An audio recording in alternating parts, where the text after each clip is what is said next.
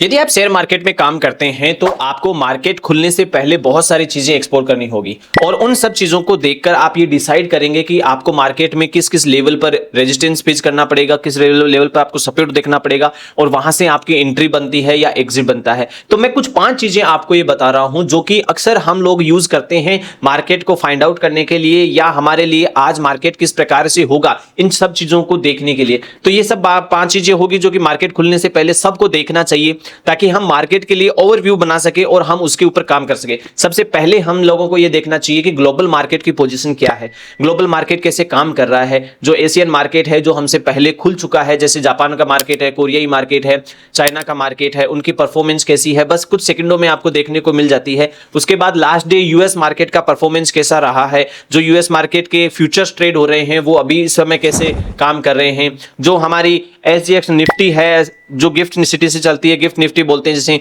उसकी कैसे है संभावित, वो किस प्रकार की प्रेडिक्शन दे रहा है मार्केट के ओपन होने के लिए कि वो नेगेटिव सेंटीमेंट दे रहा है या पॉजिटिव सेंटीमेंट दे रहा है। ये सब चीजें हमें मार्केट के ओपन होने से पहले देखनी गएगी। बाजार का संभावित गैप अप हो सकता है या गैप डाउन हो सकता है, इसके लिए प्री मार्केट के सिनेरियो क्या क्या है, ये सब चीजें हमें देखने को मिलेगा। दूसरा आता है इंपोर्टेंट न्यूज कौन कौन से हैं आज के रिलेटेड, जो भी न्यूज में स्टॉक्स रहते हैं, चाहे वो क्वार्टरली रिजल्ट के रह रहे हो या फिर आरबीआई की कोई पॉलिसी आ रही है तो वो किस किस सेक्टर में इफेक्ट करने वाली है, या कोई इंटरेस्ट रेट की न्यूज है या कोई इकोनॉमिक डाटा आया हुआ है, इससे रिलेटेड कौन कौन सी चीजें हैं जो कि उससे इफेक्ट हो रही है, उन सब चीजों को न्यूज को ध्यान में रखना बहुत जरूरी होता है। तीसरा हम देखते हैं क्रूड ऑयल और डॉलर इंडेक्स का क्या सिचुएशन है। क्रूड यदि ऊपर जाता है तो वो हमारे इंडियन रुपीज को डाउनग्रेड कर देता है, हमारा रुपया कमजोर हो जाता है। इसलिए मार्केट खुलने से पहले हम उनकी भी सिचुएशन को देख लेते हैं। कमोडिटी मार्केट हमारे साथ ही खुलने को स्टार्ट होता है, लेकिन उसकी पोजीशन, रुपए की पोजीशन, पिछले डे की पोजीशन, ये सब चीजें देखना बहुत जरूरी होता है। क्योंकि क्रूड यदि बढ़ता है तो किन किन सेक्टरों पर, जैसे एविएशन है, ऑयल है, पेंट है, लॉजिस्टिक है, ये कुछ सेक्टर होते हैं जिनमें वो डायरेक्टली इफेक्ट करता है, हमारे इकोनॉमी पे इफेक्ट करता है, इसलिए उसको देखना बहुत जरूरी है। साथ में ही हमें इंडिया विक्स को भी देखना चाहिए कि वॉलेटिलिटी किस प्रकार की है, कहीं इंडिया विक्स गेन तो नहीं कर रहा है, ऊपर तो नहीं जा रहा है या बहुत ज्यादा नीचे तो नहीं है। उसकी वजह से जो ऑप्शन ट्रेडिंग करते हैं उन लोगों के लिए डाटा को देखना बहुत जरूरी होता है।